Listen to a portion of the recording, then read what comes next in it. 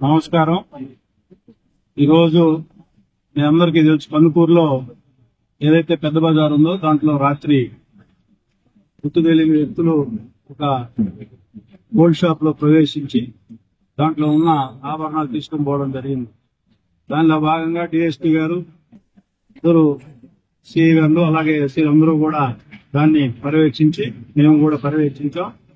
నియోజకవర్గంలో సరిగా ఇటువంటి కార్యక్రమం ఇంకొకటి జరగకుండా ఉండేదానికి మేము సీరియస్ గా దీని మీద నిర్ణయం తీసుకుంటాం. దీనికి ఎవరైతే దొంగలు ఉన్నారో వాళ్ళని ట్రేస్ అవుట్ చేసి ఏదైతే రికవరీ సొమ్ము ఉందో దాన్ని వాళ్ళకి హ్యాండ్ ఓవర్ చేసేదానికి మేము కొత్త నిశ్చయంతో పనిచేసి వాళ్ళకి హ్యాండ్ ఓవర్ చేస్తామని, సేమ్ టైం మరలా కందుకూరులో టౌన్ లో ఇటువంటి జరగకుండా ఉండేదానికి పూర్తిగా శాంతి భద్రతల విషయంలో ఏవైతే మా అధినేత చంద్రబాబు నాయుడు గారు వీళ్ళందరూ కూడా చూస్తా ఉన్నారు.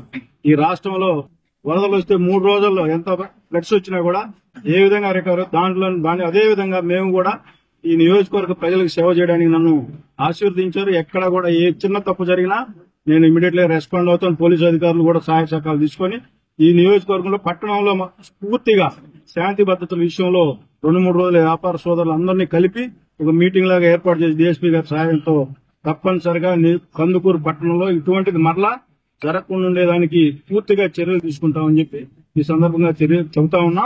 అట్లాగే సీసీ కెమెరాల వ్యవస్థ కూడా కొంచెం దెబ్బతిని ఉంది. దాన్ని కూడా పరిశీలించి తప్పనిసరిగా టౌన్ మొత్తం నిఘాలో ఉండే విధంగా సీసీ కెమెరాలు బిగించేదానికి మేము కూడా వ్యాపార సోదరులు అలాగే మేము మా వంతు సహాయ సహకారాలు అందించి పట్టణంలో ఎలాంటి సంఘటనలు జరగకుండా ఉండేదానికి మేము పూర్తిగా కమిట్మెంట్ తో పనిచేస్తామని చెప్పి ఈ సందర్భంగా